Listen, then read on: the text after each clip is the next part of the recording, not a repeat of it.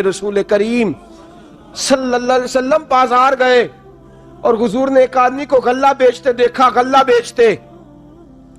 और जब उसको गल्ला बेचते देखा तो बारिश थोड़े दिन पहले हुई थी, इतने लंबे चौड़े तो गोदाम ही नहीं होते थे लोगों के पास, तो खुश्क है ऊपर सारा गल्ला उसका।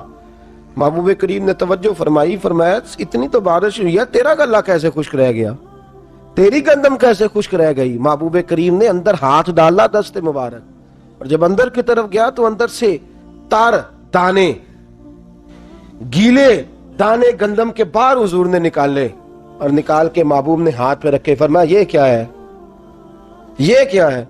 रेड़ी वाला गरीब है, पर रेड़ी वाला ये तो बताए कि उसने मोटे मोटे माल्टे आगे चुन दिए और नाकस माल उसने पीछे रख दिया। दिखाने का और है और देने का और है।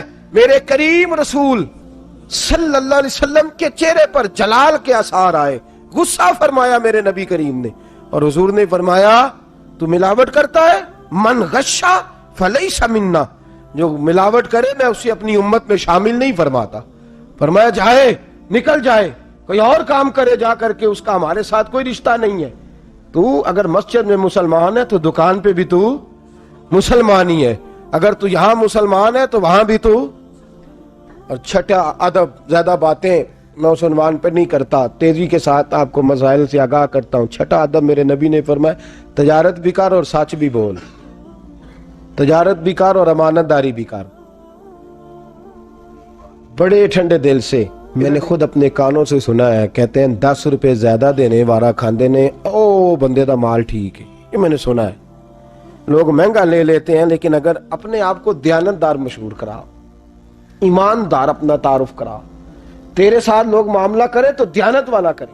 तू दूर भी होगा ना किसी कोने में भी तो लोग वहां भी पहुंच जाएंगे, वहां जाके तुझसे लोग माल खरीदेंगे, इसलिए कि तेरा माल नाकस, तू झूठ नहीं बोलता, तू गलत बयानी नहीं करता। मैंने स्ट्रेट फॉरवर्ड लोग देखे हैं, स्ट्रेट फॉरवर्ड।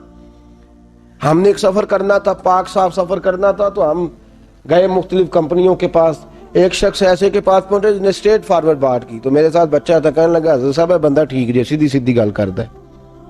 वरना तो लोग बिस्मिल्लाह आइए जी, बैठिए जी, फटाफट चाय आ गई भी, हमारा तुम्हारे साथ क्या ताल्लुक है, कहां से चाय मंगा ली तुमने, फटाफट बोतल आ गई, हर चीज पहुंच, किस मकसद के लिए, बंदे को काबू करने के लिए। अब एक आदमी सोचता है कि मैंने इसकी 25 रुपए की बोतल पी है, बगैर लिए चला कैसे जाऊं। मेरे रसूल करीम सल्लल्लाहु अलैहि वसल्लम ने फरमाया जो सच्चा ताजर होगा, सुने, सिर्फ गार के अंदर बैठ के हु करने से रब रसूल का कुर्ब नहीं मिलता। इस्लाम पंडितों जोगियों का मजहब नहीं। मेरे नबी करीम सल्लल्लाहु अलैहि वसल्लम ने फरमाया जो सच्चा ताजर होगा, अमानतदार होगा, उसे तो कयामत के दिन अल्लाह नबियों के साथ जगह अता फरमाएगा। फरमाया मेरे साथ खड़ा करेगा अल्लाह उसे, मेरे साथ खड़ा रहेगा, वो मेरे साथ जन्नत में जाएगा। तो ये तजारत के आदाब हैं, इनको अपने ज़हन के अंदर रखें। और अगली बात, मेरे नबी पाक ने फरमाया तू रब के थोड़े दियो पे राजी हो जा, अल्लाह तेरी थोड़ी इबादत पे राजी हो जाएगा। बातों को समझें, ये 7वीं बात है, तू अल्लाह के थोड़े रिज्क पे राजी हो जा, अल्लाह तेरे।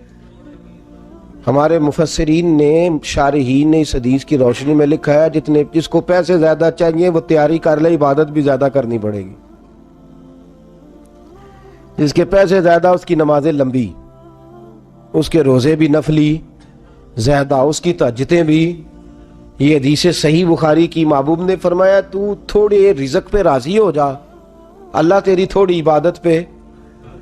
पैसे ज्यादा, और यहाँ हमारे यहाँ क्या होता है, जितनी तजारत बढ़ती जाती है नमाज छोटी होती जाती है, जितना माल बढ़ता जाता है उतनी नमाजों से छुट्टी होती जाती है। फरमाया अगर तूने माल ज्यादा लेना है ना तो तुझे शुक्र भी ज्यादा अदा करना पड़ेगा। अगर तू थोड़े पे राजी है, कनात करेगा, तो रब भी तेरी थोड़ी इबादत पे। और फिर 7वां कुरान मजीद ने अदब बयान फरमाया है, सुभान अल्लाह। ताजरों को जागने ऐसा ना किया करें कि जब तो मैं बात आपको सुभान अल्लाह वाली सुनाऊं तो आप जागते रहें, और जब जरा थोड़ा सा आपको ये समझाऊं कि जो हम कर रहे हैं हमें उस पर तब्दील होना चाहिए तो आपकी आंख लग जाए, खो तो गल मैं सुनी नहीं, मैंने पता ही नहीं होना की आखे, मैंने तेन पता मैं उठी सा, पर मैंने पता हमें अपने जो अमल करने वाली चीज होती है उसका हमें पता। ये मैं भी ऐसा कर जाता हूँ, आप भी ऐसा कर जाते हैं, इससे बचें। इल्मी दारुल इस्लाम में ला इल्मी माफ नहीं। कयामत वाले दिन जिसने कहा ना मुझे पता नहीं था, तो उसको डबल सजा होगी कि तूने पता किया क्यों नहीं। तू कोई हिंदुओं के मुल्क में रहता था कि तुझे पता नहीं था? ये दारुल इस्लाम है, यहां दीन सीखने पर कोई पाबंदी तो सजा होगी जो सीखेगा नहीं।